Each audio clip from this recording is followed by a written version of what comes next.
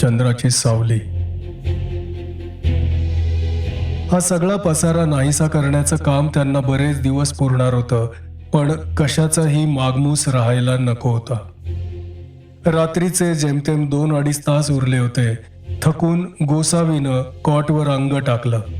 झोपेची अपेक्षा नव्हती, पण पाहता पाहता त्याला गाढ झोप लागली. त्याला जाग आली तेव्हा खोलीत सूर्याची किरणं आली होती, पण एक क्षणभर तो तसाच खिडकी बाहेर पाहत राहिला आणि मग त्यानं बरेच दिवसात न ऐकलेला एक आवाज ऐकला. हवालदार! अशी आरोळी मारून त्यानं अंगावरची चादर दूर फेकली व तो झपाट्यानं वरांड्यात आला. समोरच्या झाडावर पक्षी चिवचिव करत होते. लहानसे दिटुकले शहाणे पक्षी. पृथ्वीनं आपला तोल सावरला होता. निसर्ग चक्र सुरू झालं होतं. शनिवारी पत्र टाकायची वेळ झाली तोपर्यंत सारा कारभार आटोपला होता. इस्टेटीवरील विषारी अस्तित्वाचा नाश झाला होता. आता त्या भयानक काळातले अवशेष नाहीसं करण्याचं त्या दोघांचं काम यथावकाश चालू होतं. दररोज हवालदार छतारियात जात होता व येताना लसूण, तीर्थ, अंगारा हे आणत होता. रोज रोज त्याला सुखरूप परत येताना पाहून गावकऱ्यांना खरोखर आश्चर्य वाटत असेल, गोसावीनं विचार केला. पण तो पुढे मनात म्हणाला, आमचं काम पुरे होईपर्यंत कोणाला इकडे यायची बुद्धी न हो. इस्टेटीमधल्या एका निरुपयोगी भागात खूप खोल खड्डे खणून त्यात ते प्रभावी मिश्रण घालून मग त्यात त्यांनी ते सर्व सांगाडे, सर्व अस्थी, प्राण्यांचे व माणसांचे सर्व अवशेष पुरून टाकले. रोज पहाटेस ते या कामास सुरुवात करत दुपारी परत आल्यावर मग स्नान, भोजन, विश्रांती. पोस्टानं रसायने व साहित्य मागवून घेऊन गोसावीनं त्या फिल्म्स डेव्हलप केल्या, प्रिंट्स तयार केले, पण खरा प्रश्न अजून त्याच्या पुढे होताच. चंद्रासाहेबांना यापैकी किती सांगायचं? शेवटी त्याचा प्रामाणिकपणा त्याला गप्प बसू देईना. त्यानं चंद्रासाहेबांच्या पत्रात एवढं लिहिलं, इतके दिवस छतारिया इस्टेटीवर जो काही त्रास होत होता त्याचं कारण शोधून काढून त्याचा आम्ही समूळ नाश केलाय. ती सर्व हकीकत मी पत्रात लिहू शकत नाही. प्रत्यक्ष जेव्हा आपली गाठ पडेल तेव्हा मी समक्षच आपणास सारं सांगेन. आता इस्टेट पूर्ण निर्धोक झालीये व मॅनेजर या नात्यानं मी आपणाकडून येणाऱ्या सूचनांची वाट पाहत आहे. येथे केवळ मोकळं बसून वेळ काढणं हे मी आपणाकडून घेत असलेल्या पैशांचा अपव्यय करणं आहे असं मला वाटतं. तरी आपण या बाबतीत मला लिहावं. या पत्राच्या उत्तरादाखल चंद्रासाहेबांनी त्याला ऑफिसमध्ये भेटीला बोलावलं. गोसावीलाही तेच हवं होतं. चंद्रासाहेबांना देण्यासाठी गोसावीनं तेथील आपल्या वास्तव्याची संपूर्ण हकीकत लिहून काढली. एका भागात त्यानं प्रत्यक्ष पाहिलेले प्रसंग, दुसऱ्या भागात त्यांनी करणेच्या तोंडून ऐकलेली हकीकत व तिसऱ्या भागात त्यांनी योजलेले उपाय अशी त्यानं मांडणी केली. स्टेशनवर हवालदारचा निरोप घेताना गोसावी म्हणाला, हवालदार, इस्टेटीवर आता काही नाही, पण सांभाळून राहा. होय साहेब. नाहीतर गावात वस्तीला ये. साहेब, सॉरी हवालदार, पण बेतानं राहा, ठीक आहे? अच्छा गोसावी साहेब. प्रकरण 12 समाप्त. चंद्राची सावली. प्रकरण 13. स्टेशनवरूनच ऑफिसात फोन करून गोसावीनं भेटीची वेळ ठरवली. खोलीवर येताच दारात मालक दिसले. त्याला पाहताच त्यांनी तोंड भरून हास्य केलं. चहा वगैरे घेता का अशी चौकशी केली. त्यांना तुटक शब्दात नकार देऊन माणसाच्या स्वभावाचा आश्चर्य करीत तो खोलीत आला. स्नान करून कपडे बदलून आरामशीर जेवण उरकून तो ठरलेल्या वेळी ऑफिसमध्ये आला. भैयानं त्याला आता सरळ चंद्रासाहेबांच्या खोलीत नेलं. ते त्याची वाटच पाहत होते. त्यांनी दाखवलेल्या खुर्चीवर बसत गोसावीनं आपली फाईल त्यांच्या समोर ठेवली. चंद्रसाहेब, मला काही विचारण्यापूर्वी आपण या कागदांमधली हकीकत एकदा वाचा. ती बरीच लांब आहे.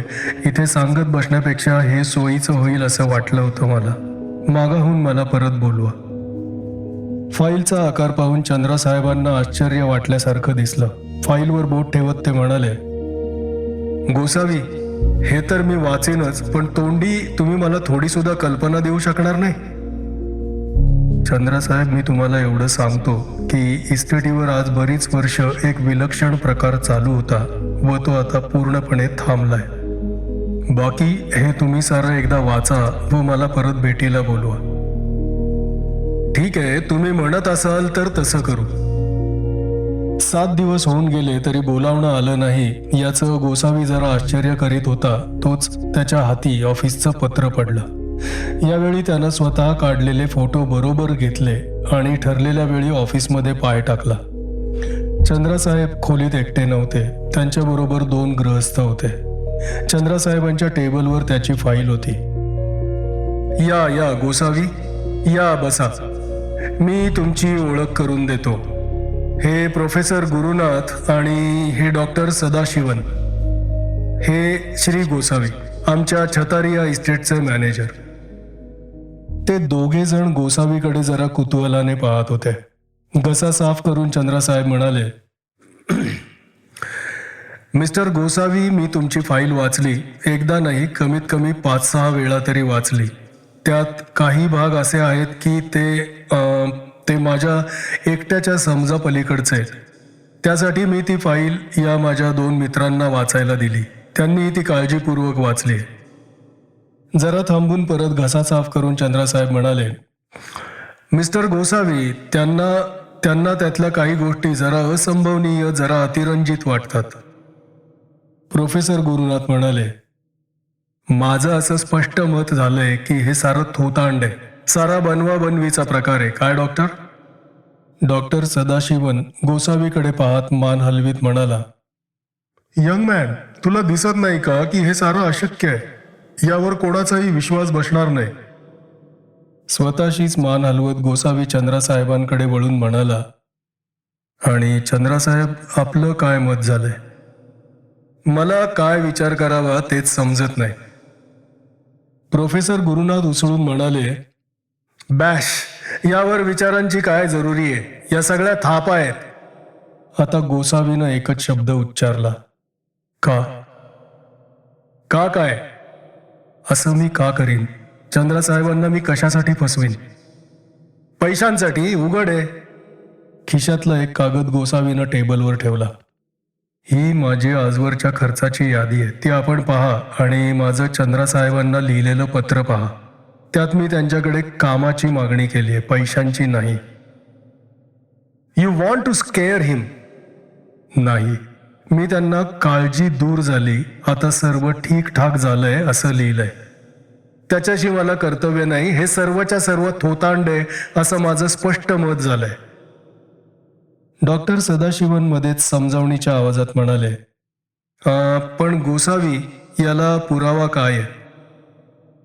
डॉक्टर, तुम्ही माझ्याबरोबर मध्यरात्री चांदण्यात त्या खडकावरचा नाच पाहायला आला असतात.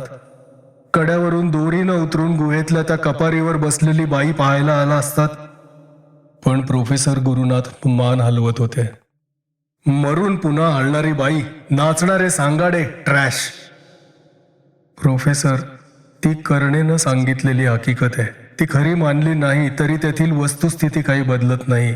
कारणं काहीही असतील, त्याबद्दल दुमत होण्याची शक्यता मला समजू शकते, पण घडलेल्या गोष्टी तुम्हाला कशा नाकबूल करता येतील? डॉक्टर सदाशिवन म्हणाले, मी म्हणेन की तुला हे सारे भास झाले. हे सारं तुझ्या मेंदूत घडलं. भीतीच्या धक्क्यानं किंवा तापाच्या अंमलाखाली तुला व्यक्तिगत भ्रम झालेत. याच क्षणाची गोसावी वाट पाहत होता. आता खिशातून फोटोंचं पाकिट काढत गोसावी म्हणाला, नाही डॉक्टर, हे भास नव्हते. वेड्या मेंदूचे चाळे नव्हते. तुम्ही ज्यांना माझ्या मनातल्या आकृती म्हणता त्यांचे फोटो मी तुम्हाला दाखवणार आहे. बहुतेक त्यांनी याची अपेक्षा केली नव्हती. फोटो? अर्थात फोटो. या विलक्षण हकीकतीवर कोणाचा सहजासहजी विश्वास बसेल असं समजण्या इतका मी दूध खुळा नाही. फोटो त्यांच्या समोर पसरत गोसावी म्हणाला, या प्रसंगाची मला कल्पना होती. त्यासाठीच मी शक्यतोवर पूर्ण समाधान होईल असे व इतके फोटो घेतलेत. एक एक फोटो हातात घेत तो बोलू लागला, ही बंगल्याची मागची बाजू. या फुलीच्या ठिकाणी आम्ही ससे ठेवत होतो. ही टेकडीची वाट.